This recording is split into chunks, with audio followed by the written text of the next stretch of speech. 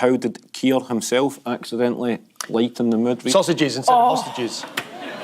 So good. Yeah. I did feel for him because he gave a very long speech and I thought, no one will remember anything about that apart from he said, we're going to bring the sausages home. Yeah. I think what happened there is sometimes when I come on the television, my mates will be like, can you get the word unicycle in?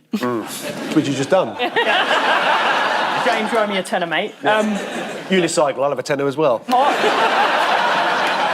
I think what's happened here is his mate, Labour peer Wahid Ali, has gone, if you say sausages in your next speech, I'll give you 16 grand. And he knew that hostages was coming up and he saw an opportunity. That's what I think has happened. It's a product placement, effectively. Sounds plausible. Can I just say that the night Keir did that, I was doing an event with John McCarthy, who actually had been a hostage in Lebanon. And I thought, oh no, this is really bad taste. I don't know what's going to happen. John McCarthy stood up and said, as a former sausage...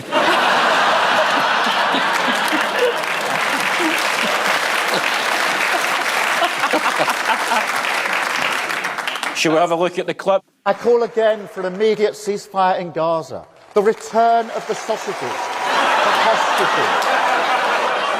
It's so good. Is this any connection with Liz Truss opening up new pork markets? That is a disgrace. Yes. Keir, is he as much of a right laugh as he seems? He's funnier than Rishi Sunak. He told me to fuck off the other day. Did he? Yeah, because I was showing a level of sympathy to Rishi Sunak. I was like, oh, I am starting to feel a bit sorry for him. And he was like, oh, fuck off, Jess. Fair enough. Yeah. He did try a little zinger against Rishi in Prime Minister's Questions this week. He was planning to call him Tech Bro. Let's see how well it went. Mr. Speaker, he must be the only tech brother in the country who can't work a debit card or send an email. You want to die, don't you? Keir's not had a great week because Rishi Sunak has been able to make some quite good jokes about who is this completely awful person who's just joined the Labour Party, who used to be, you know, in the Tory Party 5 minutes ago. It does give you leverage. Was that depressing, Jess? Yeah, a bit depressing. Yeah. Anyone else you wouldn't like to welcome? There's no way I can do this without it being libellous. Good, let's go. It's for the room. I tell you what, I'll do it in Parliament because then I'm safe. Right, round two, the picture spin quiz. Fingers on buzzers. Here you go.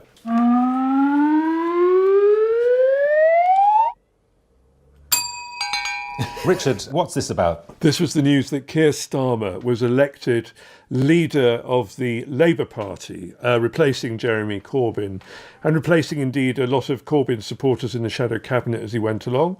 And he made it a big priority to reach out in particular to the Jewish community, which he felt the previous regime had perhaps alienated a little bit. I think getting circumcised live on the One Show was taking it a bit far, but we look forward to a newly revived relationship between the Labour Party and its traditional Jewish members. But very traditional members, if he's got circumcised.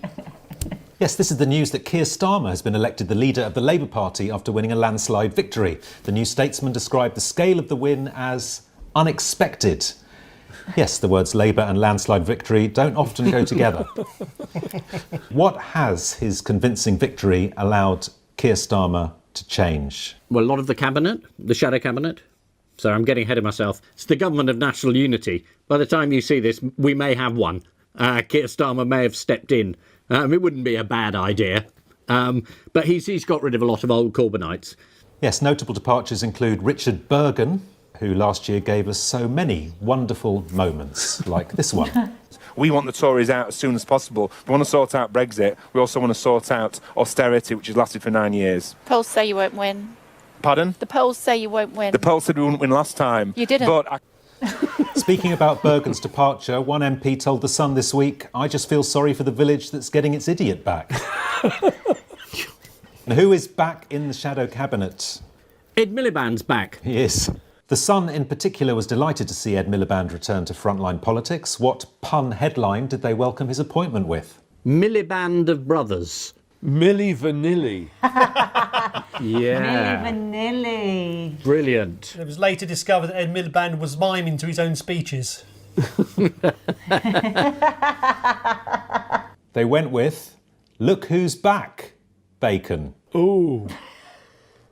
Strictly speaking, is that a pun? It's not really a pun, is it? It's more a collection of words that don't really belong together. And you have to remember a photograph of him eating bacon. They did print that snap next to the headline. Here it is. Yeah. Unable to eat a bacon sandwich. The last time the Labour leader was in step with the Jewish community. This is the news that Keir Starmer has been made leader of the Labour Party. You must have noticed it. It was all over page 19 of the Mirror. One of Keir Starmer's first decisions as leader was to appoint Ed Miliband as the shadow business secretary. Ed is currently in isolation. Nothing to do with the virus, it's just his family still won't talk to him after he shafted his brother. Keir Starmer also appointed leadership rival Wigan MP Lisa Nandy to the role of Shadow Foreign Secretary. She'll now be in charge of dealing with parts of the world foreign to Labour, like the North. In charge with lying, hasn't he? Yes. With falsifying, with the big bus with the figure outside that was something like £320 billion a week goes through Europe or something like that. So We'll have to be careful, they'll cut this out, and I don't want anyone to spoil the fun of thinking Boris is going to go to jail for life. So at the moment, we're just at the preliminary hearing stage. Oh, right, OK. About whether, when he was a public official, he was telling lies and therefore abusing his office. It should be an interesting trial. I mean, very similar to putting the Pope on trial and saying, are you a Catholic? He was sacked from then sacked from sacked by his own reprimanded. Ian, yes, we're not allowed to say anything that might prejudice the case. Well, that's absolutely fair enough, because I would like him to have a fair trial with a desirable result of him being imprisoned forever.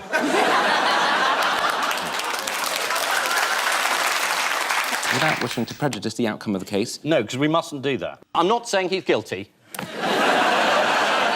Would you like to see Boris Johnson? Let's deal with your arguments. One of them is on the side of this bus. We sent 350 million to Europe. We don't, and you know we don't. No, we don't. You know we don't. Admit that that figure is grotesquely misleading at best. I won't. The true figure is 161 million, correct? No, the true figure is 350 million. In net terms, the real figure is 161. If you take out the abatement and the money that comes back, the UK money that comes back via Brussels, the figure is obviously lower. Matt Lucas is so good. So where did David Cameron decide to start pumping himself up? Where did this happen? Yes. I mean, geographically, where? Was it in the Ghoul area? He was visiting the Institute of Chartered Accountants. Oh, yes, I see. Oh, that's a really pumped-up kind of place. Exactly right. Yeah, do you want to have a little look at this? Yeah. And if I'm getting lively about it, it's because I feel bloody lively about it. And if you think I'm going to roll over in the next 10 days and let Ed Miliband and Alex Salmond rack that, you've got another thing coming. Taking a risk, having a punt, having a go. That pumps me up. I think that passes for hysteria amongst the accountants. Yeah.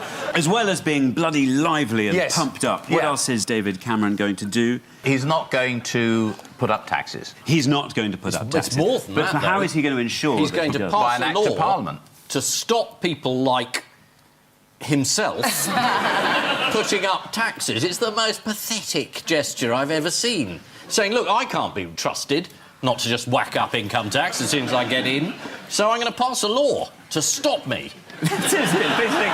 Income tax, VAT and national insurance. Yeah. You know, in any government that comes in, historically, the first thing they do is they put up taxes, because they have to. And it's the only year you can do it where you're not worried about the election. So taxes will go up. He'll have to find some other ones. Or break the law and be arrested. Or maybe he knows he's not getting in anyway. Oh, the Kent police. George Osborne was very good on this in 2009 when because Brown was talking about passing legislation. Yeah, Gordon Brown outlawed child poverty. Yeah. Gone. Thank God for that. Don't have to worry about that anymore. It's against the law. No, it's finished. The low point of the media coverage this week, I think, was the analysis of Samantha Cameron's feet. In various newspapers where there was a shot of her with her shoes off, and there were big close-ups, and all the experts were coming in to describe. There's thought there was a slight yellowing of the toenails. Definitely a yellowing, and could have been how caused... high heels were damaging her feet. Was it in the Daily Mail? Was it saying Labour poisons Sam's feet? Which football team does David Cameron support? Aston Villa. Well, he doesn't really know, does he? And he claimed to be an Aston Villa supporter, but then he said this in a speech. Where you can support Man United, the Windies and Team GB all at the same time. Of course, I'd rather you supported West Ham.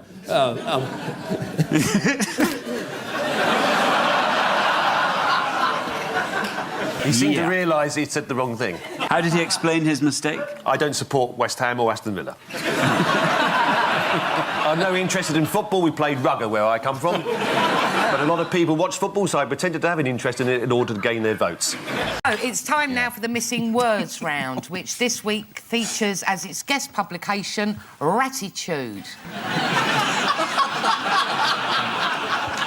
The magazine of the North of England Rat Society. For northerners who don't find pigeons dirty enough. And we start with... Putin is what, says author? Great bloke and I want to live. Yeah. Is it gay? The answer is latently gay, says author. A new biography of Vladimir Putin speculates that he might be latently gay. The biographer is not the first to make this claim. The idea that President Putin is latently has been put forward by a number of recently deceased psychologists.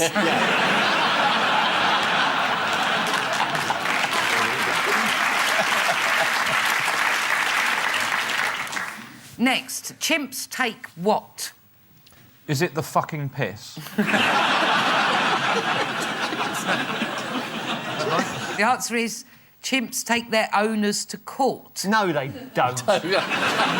This is the story of a court case in New York in which 4 chimpanzees are seeking to be recognised as humans. The complexities of the chimpanzees' case have left legal experts scratching their heads, rubbing their asses on ropes and eating things from behind each other's ears. Next, from a rat PR point of view, what was very negative? The bubonic plague. No, it's the name Red-Eyed Devil. Next, Chinese girl had what in her ear? British Prime Minister talking patronisingly. Got a flower in her head. It was a fully grown dandelion. A doctor tried to remove it by blowing, but all that happened was he found out it was 3 o'clock. Yeah, no, it was extraordinary. I mean, I thought it'd be terribly boring, like most conference speeches, but it was just fabulous. And I know a lot of people who are probably nicer than me felt very sorry for her. But I thought it was very, very funny. It's a bad sign when a cough suite goes down better than you do. She coughed so much, it felt like she was going to start coughing insects, like an actual horror film. But it's that moment when you're talking to someone who doesn't really believe what they're saying, and they're saying, yes, I'm really the person for the job. And everything's going very... Coughing does not do well for female politicians. Her and Hillary Clinton, their colds have destroyed them. Well, Ian Duncan Smith used to cough a lot. Do you remember? He was another successful Tory leader. He never had it that bad, though. No, you don't think so? No, it was a sort of much lower level cough-based problem. Theresa May took it to... I mean, she weaponised. That was quite incredible. I can't believe you didn't feel any sympathy for her at all. Not even a scintilla. Oh, dear. I did. I think I'm coming across as a bad person. It was awful. I only felt sorry for her because of Boris. I feel that that was such a bad day that it was almost a win for Boris, and I feel that's the only... So I feel like I hate him so much that you want her to have a better gig, you know. Why did she sack Boris? She can't, can she, sack Boris? Why? Because if she sacks him, he gets to walk away from Brexit while simultaneously being able to claim that if he'd stayed in the government, it all would have gone much better than it's clearly going to go. You know, she can't allow him the pleasure. It's like, you know, he's essentially an arsonist who wants to come back dressed as a fireman. Yes. Yes. Where's the fire?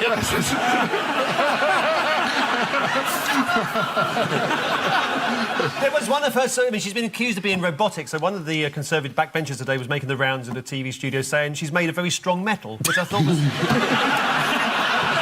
Well, people say that at a certain point the Prime Minister runs out of luck. It just happens to you when everything's going wrong. Yeah. It's like the end. It's like the complete end. She's not so much as occupying the office of Prime Minister as haunting it. I mean, again, it's difficult to make up, but the first letter is F, so it's an F off. An F off. 15% of respondents to a YouGov poll said that the speech had gone well. 15, which is, there's no way that could just be the cabinet. 15% of people, 15% of people watched that and thought, yes, that's gone rather well. Which makes you wonder what it would take to lower that number from 15%. She could have stood there and melted like the witch at the end of The Wizard of Oz. She said 12% think it went rather well. She's a puddle on the floor. 10% still think it's gone rather well. It's 15%. Are you sure that isn't just members of the Labour Party? What lie did Boris Johnson tell Robert Peston? Was this the 350 million again? Linked? On the NHS? Linked. Did he say it would be reconsidered? He said it was in the manifesto. Yeah. Did she say it at the manifesto launch? No.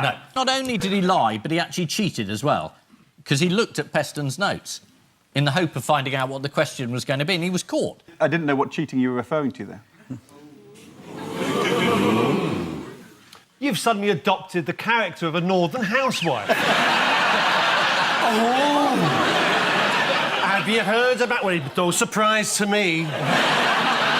He was rinsing out his own gloves last Saturday. We haven't talked about Labour very much, so to head off any accusations of bias... Are you leaving now to be replaced? The next round will be hosted by Michael Portillo. Come on, we can have a train round. When it comes to Labour's manifesto promises, how did Shadow Foreign Secretary Emily Thornberry muddy the waters? Was this Trident? Yep. She said there'd be a review, and the review might include scrapping it. Was that the problem? And do you know who contradicted her and said it was Labour's policy to keep Trident? Shadow Defence? The Shadow Defence Secretary, that's right. This was Nia Griffiths, the Shadow Defence Secretary. Emily is not the Shadow Defence Secretary, I am. You're doing it again! I don't know who that man was. She was in the pub on Saturday, but it wasn't her husband, I'll tell you that much. I know full well he's got a job in Peterborough. Has anything happened? Well, she's been to Brussels and everything that has happens changed. every week. People say, oh, we missed Brexit Day, March the 29th. It's not happened. But if you listen to what they're saying in Brussels, they're saying, well, actually, we might give you another extension and we can still have a Brexit Day. And there are some people there who think, well, let's have it every year, every single March the 29th. Theresa May or somebody like her will trot off to Brussels and say, we'll have another 12-month extension and Brexit will still definitely be happening, but we'll just sort of... Yeah, you know. and we could tell everyone we've left and then just not mention it again. Exactly. But Halloween, you know, is the next cut-off. Is October. Do you think that was a joke by the Europeans? It was a very I think good it was a joke. But you've got Tory MPs going around saying, oh, well, we must dress up as something for Halloween, you know. What about as MPs? Well...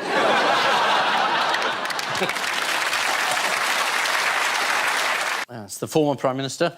That's the 1922 committee, yeah. That's the Queen. No, that's Andrea Leadsom. Oh, God. At time of recording, who's Prime Minister? Boris Johnson. It is currently Theresa May. Oh, right, of course. But how bad have things got for Theresa May? There's been another cabinet revolt. She won't even see her main ministers. She's now got a cabinet of two, herself and her husband. Even he's walking out. Everyone's gone. Andrea Leadsom's gone, you saw there. Do you know what number Andrea Leadsom is on the resignation list under Theresa May? How many have gone? 36. She's the 36th minister. There's a graph from the BBC. A graph on a comedy show. This is a first. This is a graph of ministerial resignations before Theresa May, and here it is with Theresa May on it. This is Theresa May's plan to end the Brexit deadlock. According to the Sunday Times, Philip May's emphasis has shifted to hoping his wife can escape from number 10 with dignity. Sorry, Phil, but however she finally goes, Colonel Gaddafi left with more dignity. Quite right. Brexit has clearly put a strain on Theresa May's marriage, but there's no way they're split up, as Philip May knows negotiating a divorce deal would take years, and he'd need the support of Jeremy Corbyn. According to the Telegraph, MPs are sitting in the longest parliamentary session since the English Civil War. Or, as future historians will call it, English Civil War 1. The director of the Paris Archdiocese, Philippe de Courville, told The Times, "We tend to wait for things to become catastrophic before we take care of them." To which Theresa May replied, "Oh, you too." If you really want to know what the members of the Cabinet are thinking, you have to watch Newsnight. Yes. And listen to Nicholas Watt. I said to one Cabinet Minister, why is the Prime Minister holding a vote when she's pretty sure that she's going to lose? And using very strong language, this Cabinet Minister said to me, "Fuck knows, I'm past caring, it's like the living dead in here." Oh.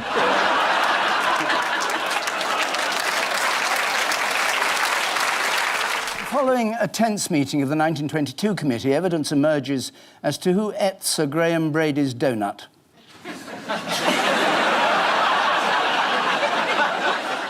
Rees-Mogg was obviously very appalled by all this, but he does have his Facebook supporters group to boost his morale. Have you seen his Facebook? No, well, it's actually been outlawed because it's based in Broadmoor. Let's have a look at this illuminating forum. Just for interest's sake, are there any young folk on this site?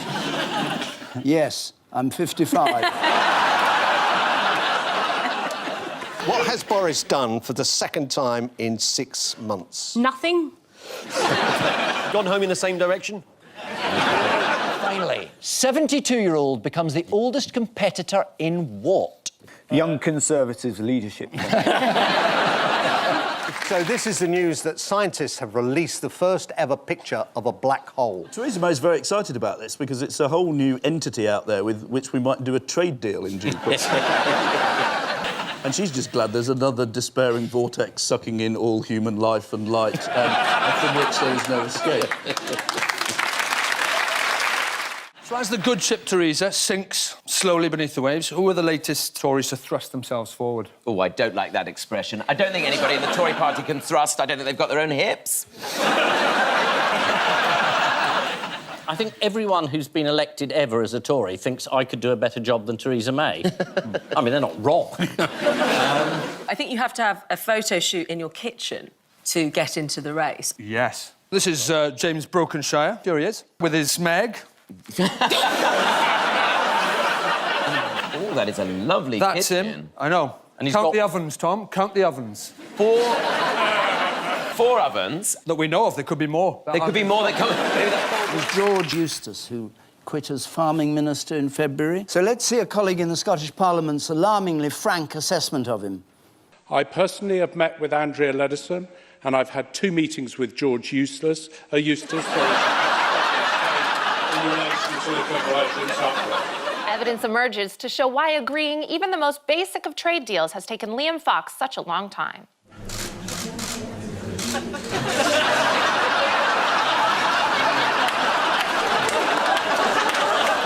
There's Gavin Williamson walking, which is something he's not denying. And that's a brilliant bit of dramatised leaking. Oh, Helen Mirren's stuck for work. She's...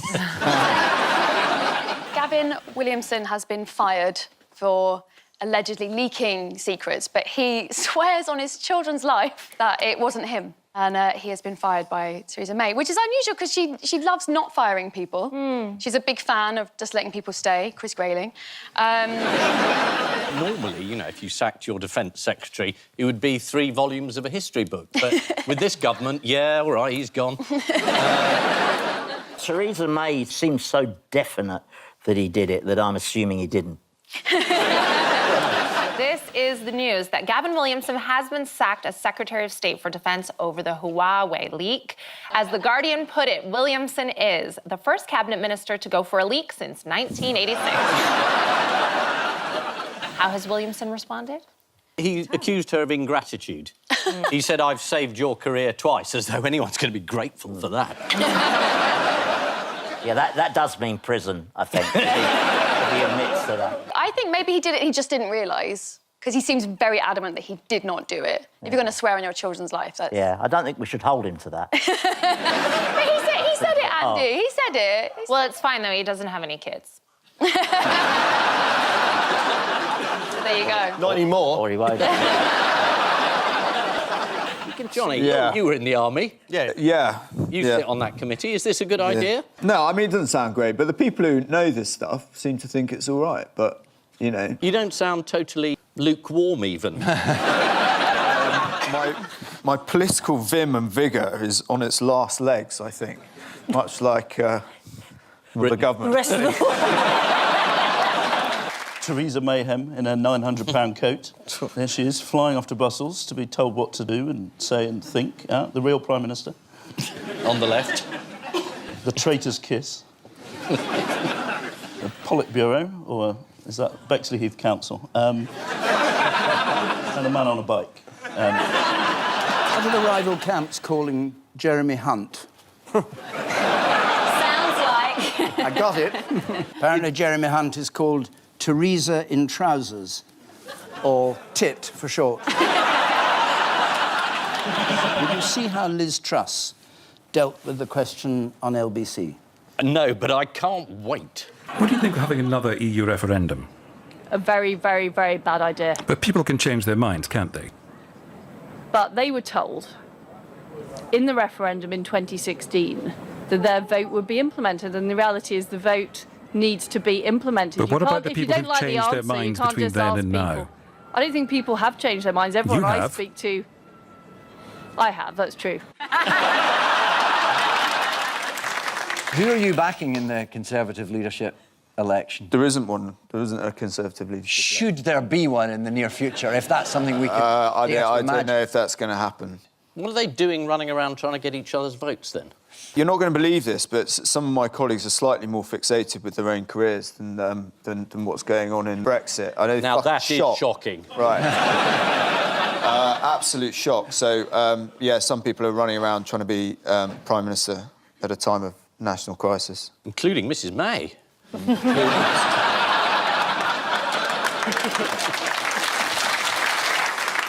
Theresa May still have support among the grassroots outside the Westminster bubble. How did you get on in Wales this week? She got heckled. Yes, she did, didn't she? Yep, she made a speech to local party activists. Everything went well for the first 5 seconds. Then... Thank you. Thank you. Thank you, everybody. And why don't you resign? We want you. We don't want you.